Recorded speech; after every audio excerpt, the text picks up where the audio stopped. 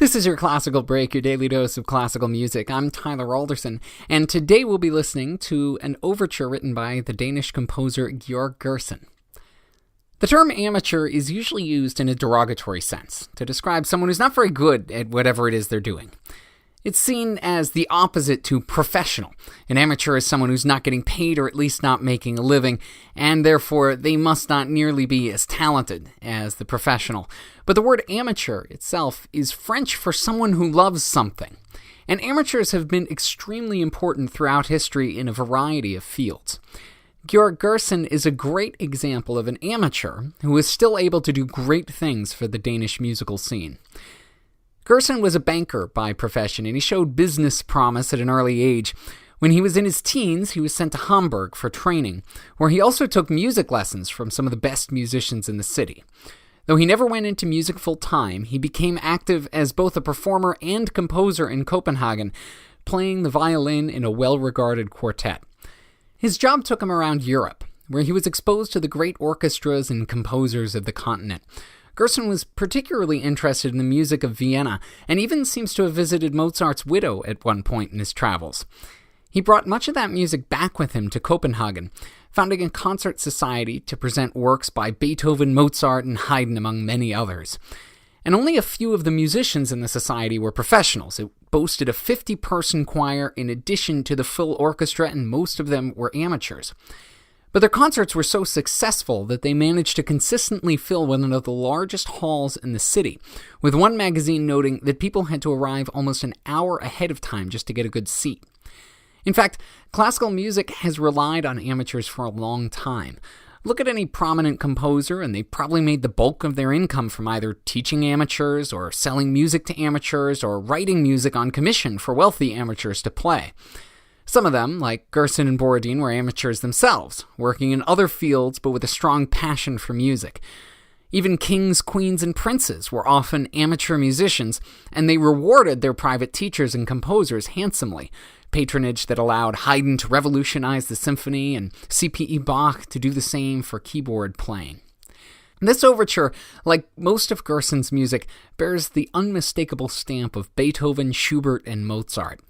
It starts out with dramatic minor flourishes from the lower strings, paired with a creeping introduction that casts a foreboding pall over the piece.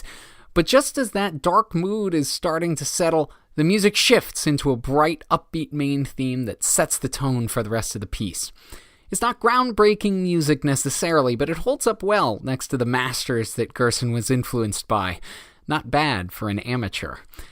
Here's the Concerto Copenhagen and Lars Ulrik Mortensen with Gerson's Overture in D major.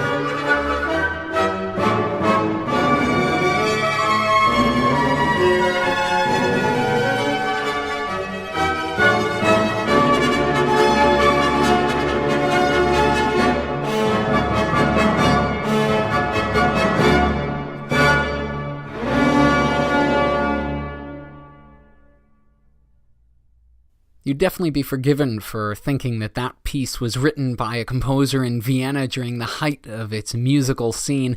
And it's great that Gerson was able to not only hear all that great music from around the continent, but bring it back to his own city for other people to enjoy. Thanks to the Concerto Copenhagen and Lars Ulrik Mortensen for putting that up on musopen.org. And thank you for listening. If you have the chance, please rate and review this podcast wherever it is that you're getting it.